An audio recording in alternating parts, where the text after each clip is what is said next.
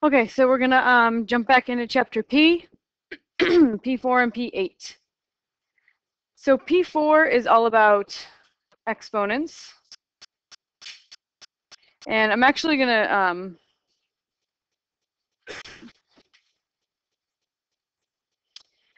okay, so we're gonna solve this problem. Just simplify this problem that involves exponents. So I'm gonna give you maybe 3-4 minutes to talk about it in your groups and see what you can come up with for simplifying this expression. Okay, I've been hearing a lot of, oh, do you add them or do you multiply them? Oh, I can't remember these rules, right? So what I'm going to show you is that you do not have to ever remember the rules, okay? All you have to remember is what it means to be an exponent. What does it mean to be an exponent? What does exponentiation represent?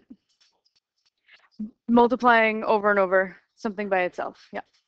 So 4x squared cubed just means 4x squared times 4x squared times 4x squared. Okay. And 2x to the 7th means 2x times 2x times 2x times 2x times 2x times 2x times 2x. And then the second fraction, 3x squared, that means 3x times x, 3 times x times x. And 4x to the 5th means 4 times x times x times x times x times x. Right? So all I did is write down what it means to be an exponent. And then I could do a little bit more right here with the 4x squareds. I could write them as 4 times x times x. So I'll do that. I'll have 4 times x times 4 times x times x.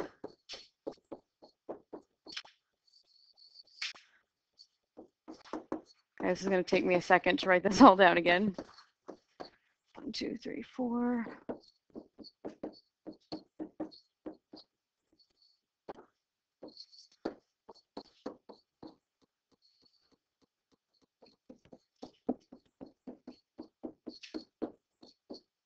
Okay, so now I can rearrange any orders that I want, because multiplication you can do in any order, right? 3 times 5 times 8 times 10 is the same as 8 times 5 times 3 times 10. I can't remember what I said first time. Okay, so that means I can put all my numbers together and all my x's together. I can multiply the numbers and then multiply the x's. Okay, so I'm going to have 4 times 4 times 4, which is 4 cubed. And I have 1, 2, 3, 4, 5, 6 x's. And on the bottom, I have 2 times 2 times 2 times 2 times 2 times 2 times 2. That's 2 to the 7th. And I have 7 x's. And then maybe I should have left them written out. I think I will.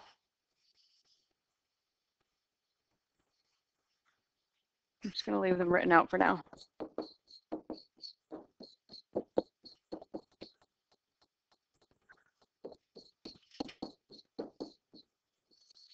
Okay, and then I'll put all the 2's together. So I have 2 times 2 times 2. 6, 7 2's, 7 x's.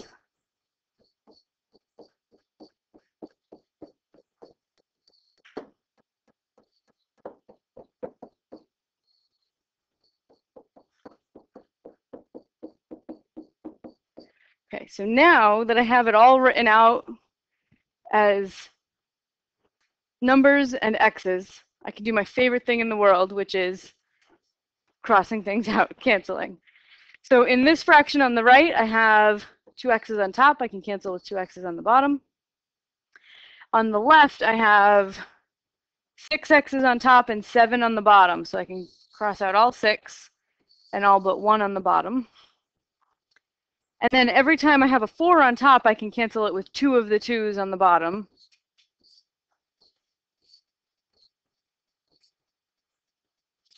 Nice. Okay, so what am I left with? On the top, I just have a 3. Everything else has been crossed out.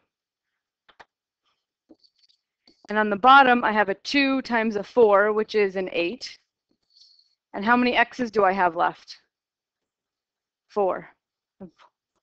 I have 1, 2, 3, 4. So x to the 4th.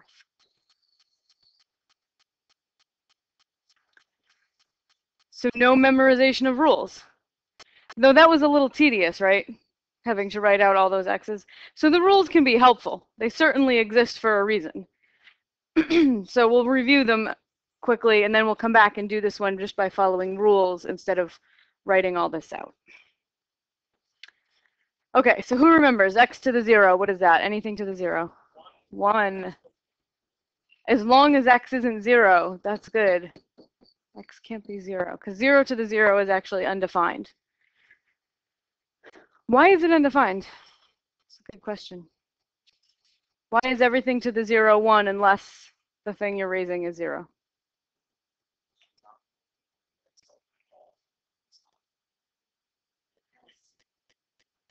Go ahead.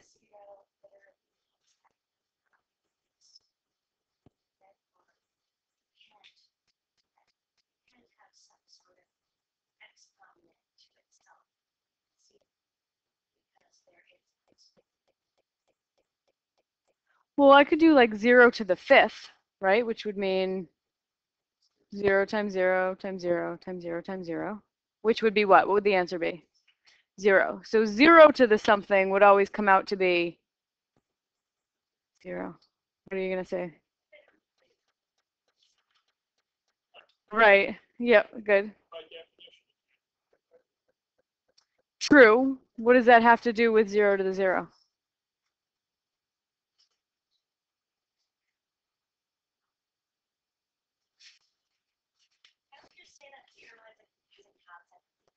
Mm-hmm.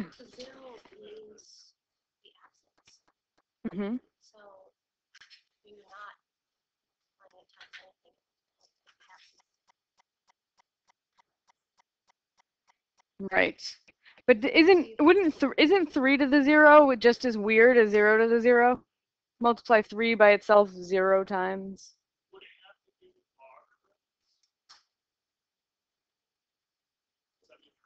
You probably could explain it with logarithms, though that's a concept that's going to come later in the course, so everyone may not have seen it. But sort of a quick way to explain it is that 0 to any number is always supposed to be 0, right? But any number to the 0 is always supposed to be 1. So we get a conflict when we try to do 0 to the 0. We go, which rule are we supposed to follow? So when we get conflicts like that in math, we say, you just can't do it because math can't ever have conflicts. It's a completely consistent system. Yeah. So every once in a while, we come up with a scenario where we go, we'll call it undefined. Okay. So 0 to 0, undefined. Okay. I'm glad you did. Yes. Of why x to the 0 is 1? It's a great question. Okay. So I'll give you an informal argument, and if you want to talk about a formal argument, we could talk about it later. But I'll try to convince you. Okay. So let's look at 3 to powers. What is 3 to the 4th power? 81. 3 cubed? 27. 3 squared? 9. 3 to the 1st? 3. Okay. So the numbers on the left, the exponents are decreasing by 1. How am I getting from one term to the next? Dividing by 3. 81 divided by 3 is 27. 27 divided by 3 is 9. 9 divided by 3 is 3. So if I follow the pattern, the next number in this list should be 3 divided by 3, which is 1. And the next number in this list should be 3 to the 0. Okay. Let's follow it one more. What's 1 divided by 3? 1/3. So that should be 3 to the -1. And What's 1/3 divided by 3? 1/9, which is 1 over 3 squared. And that should be 3 to the negative 2. So that actually brings us to the next rule. X to the negative n is 1 over x to the positive n.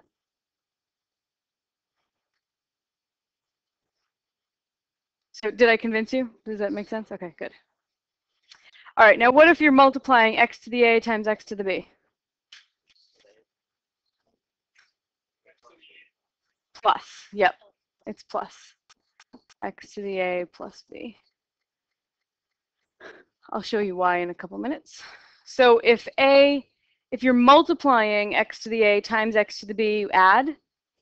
Then if you're dividing, you would subtract. So this is going to be x to the a minus b. And it's when you're raising a power to a power that you multiply.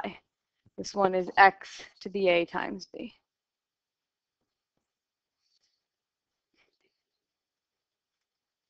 I did. Did you miss it? Okay, so it's very easy to confuse these two rules, x cubed times x squared and x cubed squared. Which one do you add and which one do you multiply?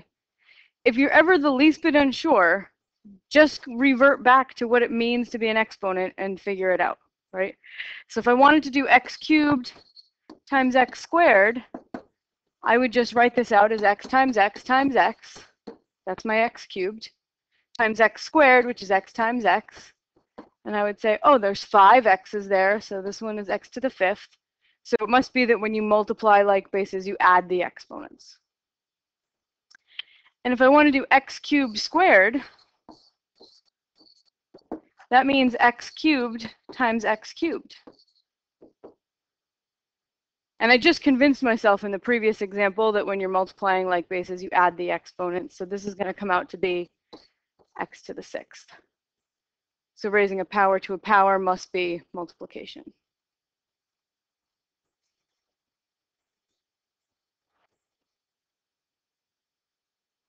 Okay, one more thing that I want to talk about before I have you go back and try that other problem using rules is when I have two numbers multiplied together, both being raised to, say, the 6th power, right?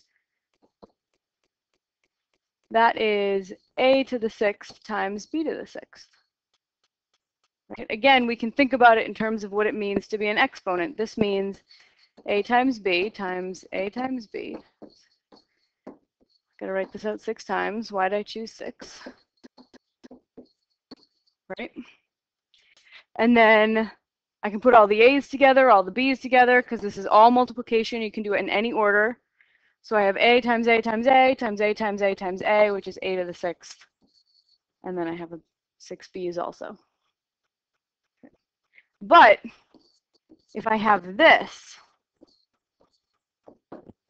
does that equal a to the 6th plus b to the 6th? No. Not equal to a to the 6th plus b to the 6th. Okay. Because you actually would have to write out a plus b times a plus b times a plus b, multiply it all together. It's going to be much uglier than a to the 6th plus b to the 6th. All right, so what I'm going to have you do is go back to the original problem, this one here, and I want you to see if you can come up with the answer that we got, but by using rules of exponents instead of all this tediousness. Okay, so let's just follow the rules here. I have two things in parentheses being raised to the 3rd power. I have to raise both of them to the 3rd. So I'm going to get 4 to the 3rd, and then x squared to the 3rd, which would be what? X to the 6th. Raising a power to a power, you multiply. Okay. And then in the denominator, I have to do 2 to the 7th and x to the 7th, right? Both of the things in parentheses have to get raised to the 7th. And then I have times 3x squared over 4x to the 5th. And at this point, I can do some canceling a little bit. I have a 4 in the denominator, so I can get rid of one of the 4s in my numerator. And 4 squared is 16 times 3 is 48. And x to the 6th times x squared, what is that? X to the 8th, yeah. Multiplying like bases, you add the exponents. And in my denominator, I have a 2 to the 7th, which is 128. And x to the 7th times x to the 5th, x to the 12th. Just add the exponents. Yep. Then we can reduce a little bit. 48 over 128 reduces to 3 over 8. You divide the top and the bottom by 16. And then when you have like bases being divided, how do you simplify the exponents? Subtract, yeah. So 8 minus 12 will give you negative 4, right? So I would have an x to the negative 4 in the numerator, which I could move to the denominator with a positive exponent. 3. Because when I subtracted the exponents, I did 8 minus 12. You always do the top minus the bottom. And so I came up with negative 4. Top. You could get that answer? No. Okay. Sure. We could have done so many different things. Yeah. We started to cancel like 4 stuff. Uh-huh. I did all the work out. And then reduced at the end. Yeah, I got like 64x6. Mm-hmm. X7. And then started reducing, got 1 over 2x1. 3 over 4x3. Just the next step. Yep, that's fine. Yep. Yep, just a personal preference if you like to cancel during the problem or reduce your fractions at the end. It doesn't matter.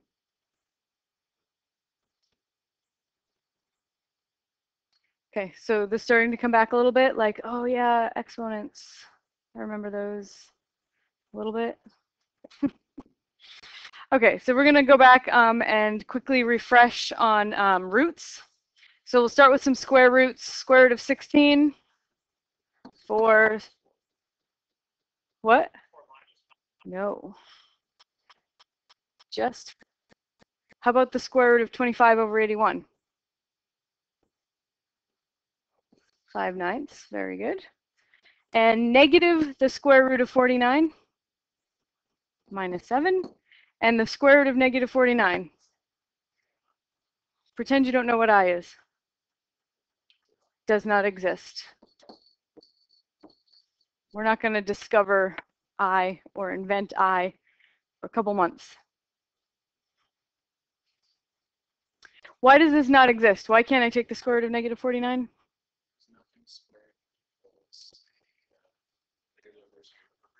Yeah, right. Nothing squared will give you a negative number, right? Because when you square something, you multiply it by itself. So if you multiply a positive number by itself, you get a positive number. And a negative number multiplied by itself would be a negative times a negative, which would give you a positive again. So there's no way to multiply a number by itself and get a negative result. Right, which is like, what is that, right? So I'll just show you a couple little things you can do on your calculator, since this is the first course where it's required. I'll try to show you some tricks as we go.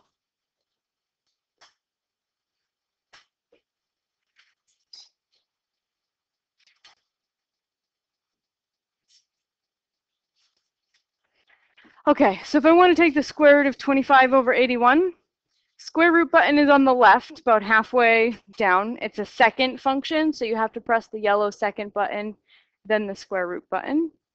Type in 25, and the fraction bar in your graphing calculator is just the division sign. So you use 25 divided by 81, close the parentheses. So it knows that you want to take the square root of the whole fraction and not just the 25. So you have to close the parentheses. Hit enter, and it gives you a decimal. Really nifty thing that your calculator can do is change decimals to fractions. Can save you a lot of time in a testing situation. You just press the math button. The first option is 2 fraction. Arrow 2 fraction. You just hit enter, enter, and you get 5/9, which is what we had gotten without the calculator.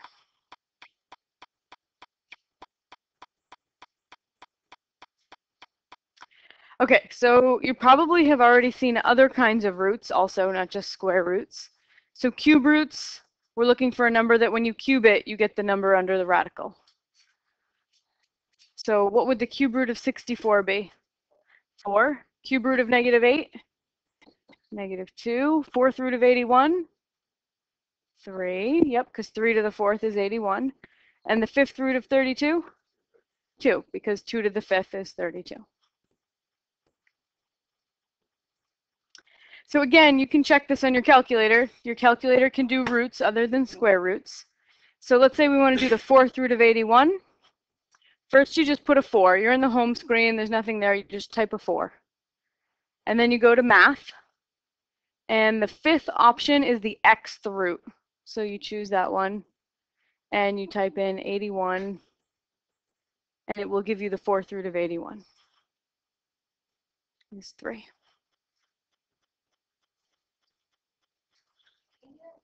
Sure. So you just type 4. You go to the math button. Choose option 5. And then you can just type 81. It's a habit for me to put parentheses around stuff, but I don't think you need it. Yeah.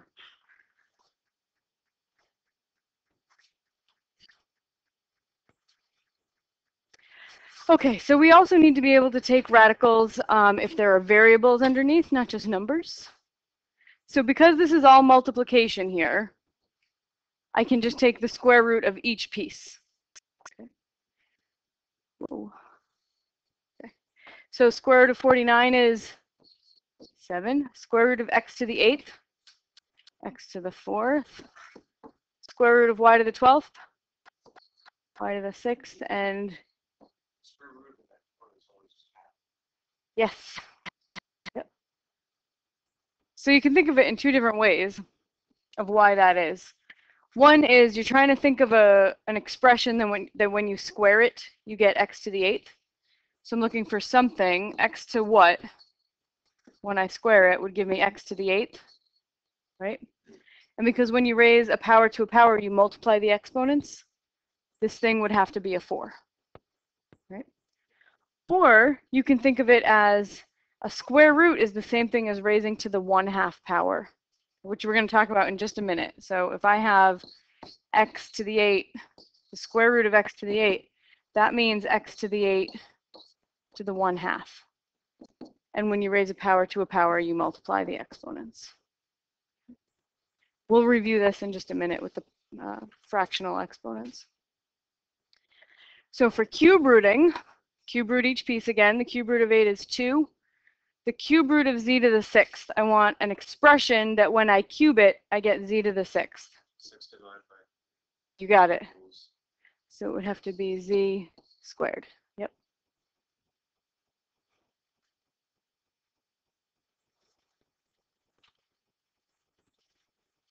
So fractional exponents. 16 to the 3/2. Anybody remember what this means? So close. Square root of 16 cubed. Yep. The number on the bottom of the fraction. Yeah. Or we could think of this as the square root of 16 all cubed. Doesn't matter where you put the power. It can go under the radical or outside the radical. And the nice thing about the fact that you can do that either way is that you get to choose the one that's easier. If you don't have a calculator, the one on the right is a lot easier because the square root of 16 is 4. Cube it, you get 64. The one on the left, I have to start by cubing 16, and I can't do that in my head. So do the one on the right.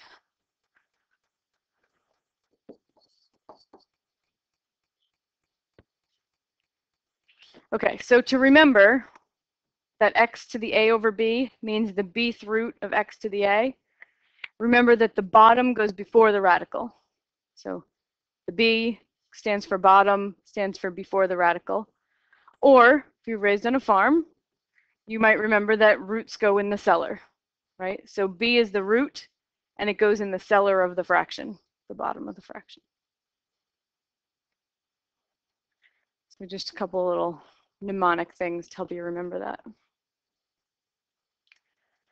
All right, so why don't you take 5 minutes in your groups and go through a couple of these. Okay, let's go over these together. So for this first one, I have some stuff raised to the 1/3. And raising to the 1/3 is the same thing as what? Cube rooting. Yep, so I'm going to do the cube root of all this stuff. Okay. And then because these are multiplied together, I can take the cube root of each one separately. So what's the cube root of negative 125? Negative 5. And the cube root of y to the 9th? Y cubed. Great. Okay, so now I can do the same approach for part B, because raising some stuff to the 1/2 is the same thing as doing what to the stuff? Taking the square root. Yeah, so this is the square root of n to the 8 over 36. And I can just take the square root of the top and the bottom separately. So that would be n to the 4th over 6. And for C, raising a power to a power, you multiply the exponents. So what is 2/5 times 2? 4/5. So this would be x to the 4/5. Quick little reminder how you multiply fractions. 2/5 times 2 over 1. Multiply the tops and you multiply the bottoms. And if you ever are just at a loss, or you're like taking a test and you freeze and you can't remember how to multiply fractions because you studied something else all night, and you can just have your calculator do it. Do 2/5. So you make sure you put parentheses around fractions. Multiply it by 2. Gives you a decimal. Hit math, fraction to decimal. Gives you 4/5. Okay, y to the 3/5 over y to the 2/3. How do you simplify the exponents when you're dividing like bases? Subtract. So this is going to be y to the 3/5 minus 2/3. And what is 3/5 minus 2/3? Negative 1/15. Y to the negative 1/15. Again, to subtract those two fractions, you need to get a common denominator. And you could either have forgotten how to do it, which I hope that that's not the case. Or you just say, you know, this is not the point of the problem. You're not testing me on whether or not I can add fractions. I'm just going to have my calculator do it because it'll be faster. 3/5 minus 2/3. Put parentheses around the fractions. Get a decimal. Have your calculator change it back to a fraction. That is the 15th root of y to the negative 1. So it would be the 15th root of 1 over y, if you wanted to write it as a root.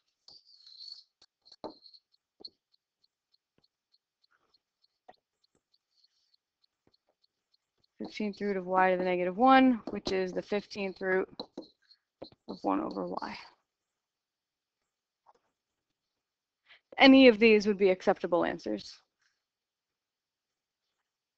All right, and then the last one, square root x over cube root x. Square root would be equivalent to what exponent? 1/2, yep. So we have x to the 1/2. And the cube root is equivalent to x to the 1/3. So again, you have to subtract. 1/2 minus 1/3. 3/6 minus 2/6 is 1/6. Which you could also write as the 6th root of x.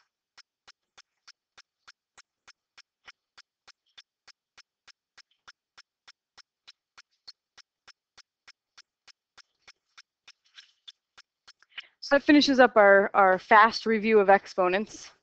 If you're still having trouble, make sure you come back and come see me sometime. We can go over it. Or a peer tutor or the studio. We're going to change gears a little bit, and we're going to turn our attention to solving equations. I'm going to assume that you know how to solve a linear equation. Okay? A linear equation is one where the only exponent on x is a 1. Okay? So these are 3 examples of linear equations. I'm going to have you try these later. Okay, so I'm just going to go with the assumption that you know how to do this. Go back and try them later, and if you have any trouble, come see me. So here are some nonlinear equations. These are some new types that we're going to learn how to solve this semester. I want to know what in each one makes it nonlinear. So remember, what makes an equation linear is that all the exponents on the x's have to be 1s. Okay, so here, do I have an exponent on an x other than 1? Yes, I have an x squared. That makes my equation nonlinear. The exponent on the x that's not 1. How about in this one? Do I have an exponent on an x that's not 1? 1/2. Yeah, the square root x is an x to the 1/2. That's a non-1 exponent. And how about this one in C? Do I have one that's a non-1?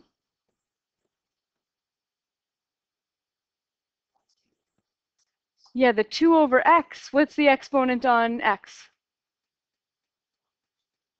-1, yeah. Because to move it into the numerator, it would be 2x to the -1. So this one, I have an x to the -1, making it nonlinear.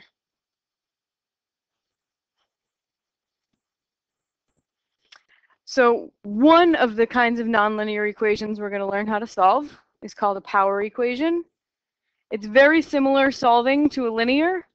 You want to isolate it down till it looks like x to some number equals another number, and then you can solve it by taking the appropriate root of both sides. So I'll do A with you, and then you can try B. Okay, so for A, I want to get all the y's on one side and all the numbers on the other, just like a linear equation. So I would have 3y squared equals 27. Trying to isolate that y squared, so what should I do next? Divide by 3, so I get y squared equals 9. So now I have it looking like y to a number equals another number. How do I solve this thing? Square root both sides. So I get y equals plus or minus 3. Okay. I subtracted y squared from both sides so that I had 4y squared minus y squared gave me 3y squared. Oops. Okay, so to isolate that x cubed, we're going to start by subtracting 40 from both sides. So we get 5x cubed equals -40. And then we divide both sides by 5. So x cubed equals -8. And then how do I solve that? Take the cube root of both sides. So I get x equals -2. Now, why is it in this problem I just wrote -2, and in this problem I wrote plus or minus 3? Yeah. Yes. Plus or minus happens when it's an even root. Because you can cube something and get a negative, because a negative times a negative times a negative can give you a negative. But you can't square something and get a negative. So when you take an even root, you get plus or minus. Odd root, you just get one or the other. Okay, so if I move on to C here, C minus 3 squared is 2. I could square this out. I could do C minus 3 times C minus 3 FOIL, and I would get C squared minus 6C plus 9 equals 2. What technique have you maybe seen that could solve that equation? Yes, the quadratic formula. Great. But the quadratic formula is actually, it's a great method to solve this problem, but we can do it a little faster by using the same technique we've applied to the last two problems. Because we have some stuff squared equals 2, right? So if my stuff squared is 2, then my stuff has to be the square root of 2. It's plus or minus because it's an even root. And then just add 3 to both sides. So C is 3 plus or minus root 2.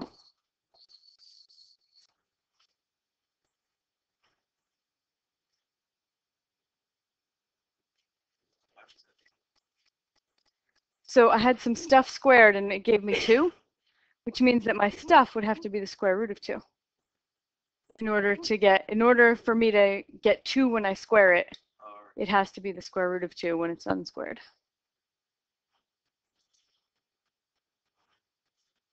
There's an odd root though. No, it depends on the sign of the actual number. Like if the number is positive, its cube root will be positive. And if the number is negative, its cube root will be negative.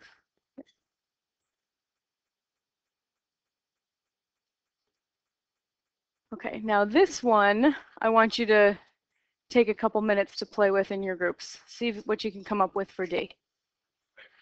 Okay, so we're going to collect all our x's on one side and all of our non-x's on the other. So I'm going to subtract 3x to the 2/3 from both sides, so I end up with 5x to the 2/3.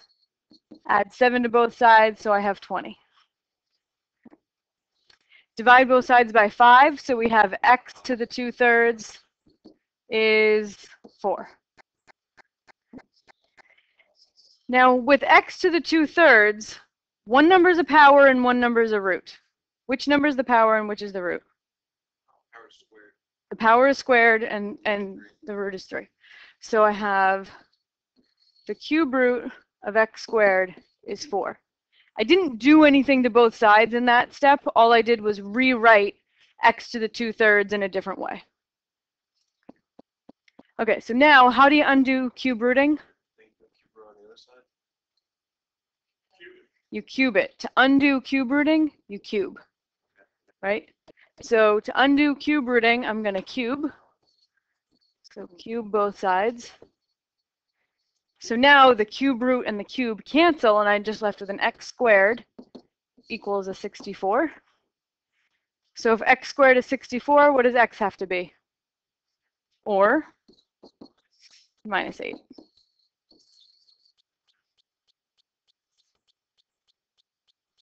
Now, the only reason that problem was doable is because all the exponents on x were the same. So we were able to collect them all into one term. Okay, so our last topic is called literal equations. Literal is just the Latin word for letter. So it means solving equations with letters in them. So here's an example. F equals 9/5 C plus 32. That's the equation that converts Celsius to Fahrenheit. So if I gave you 100 degrees Celsius and you wanted to convert it to Fahrenheit, you would just replace the C with a 100. And you'd get 212.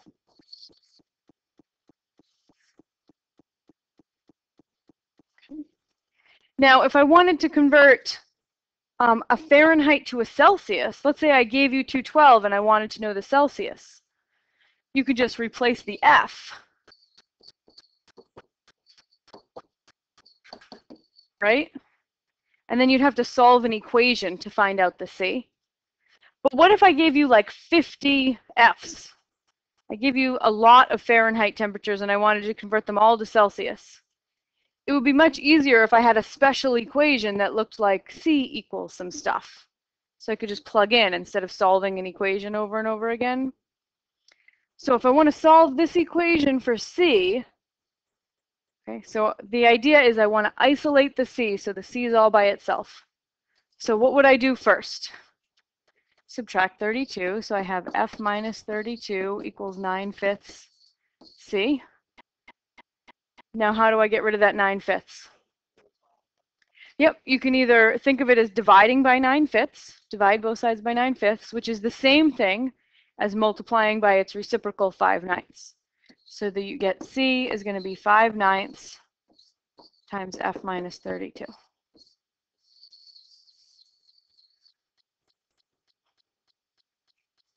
So now, if I give you Fahrenheit temperatures, it's very easy to convert them. You don't have to solve an equation. Plug a 50 in here.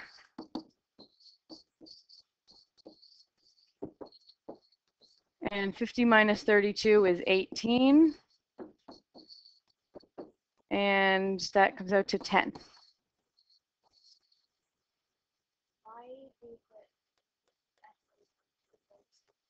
Okay, because right here, when I was deciding what to do next, and we said we have to multiply by 5/9, you have to multiply both sides of the equation by 5/9. So I have to multiply the whole left side. Yep.